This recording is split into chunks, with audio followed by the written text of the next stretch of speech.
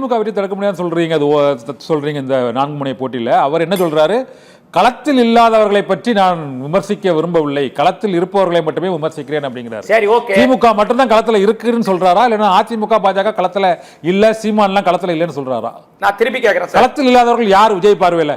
நான் திருப்பி கேட்கிறேன். இவர் பேசுறாருல அடிப்படையில இந்த தாவேகா இந்த எஸ்ஐஆர் குறித்ததான இந்த விஷயத்துல களத்தில் திமுகவும் கிராமங்களில் அதிமுகவும், நல்லா புரிஞ்சுங்க, நகரங்கள் உட்பட கிராமங்கள்ல திமுக வேலை பார்த்துச்சு. எஸ்ஐஆர் அந்த பிஎல்ஓ ஆபீசரோட வேலை பார்த்தாங்க, பிஎல் ஏக்களாக ஏஜென்ட்டா வேலை பார்த்தாங்க. கிராமங்கள்ல நிறைய ஊர்கள்ல நம்ம விசாரிச்ச வகையில நிறைய ஊர்ல அதிமுக களத்துல வேலை பார்த்துச்சு.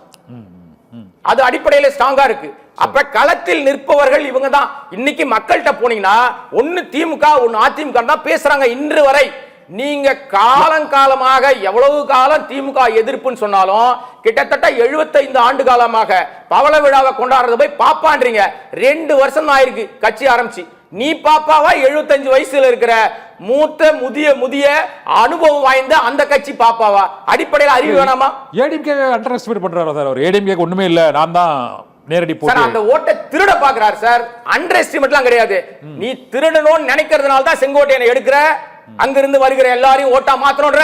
எம்ஜிஆரை எடுத்துக்கிற, அண்ணாவை எடுத்துக்கிற, ஜெயலலிதா பாக்கெட்ல வச்சிருந்தா கூட ஒத்துக்கிற.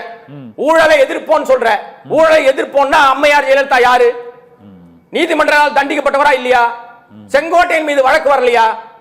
அப்புறம் என்ன உங்களுக்கு அந்த ஊழல் எதிர்ப்பு? அங்கே பிசு போச்சு. உங்களுடைய கொள்கை கோட்பாடு விளக்க நல்லா முடிஞ்சு போச்சா? அடுத்தது சொல்றேன், இலவசங்கள் சலுகைக்கு எதிராக வரல. ஏன் தெரியுமா அந்த வார்த்தையை சொன்னாரு? சலுகைக்கு எதிராக இவர்கள் எல்லாம் பேசின விஷயம் அடிப்படையில் அடி வாங்கிருச்சு, மக்கள்கிட்ட எதிர்வினை ஆயிருச்சு.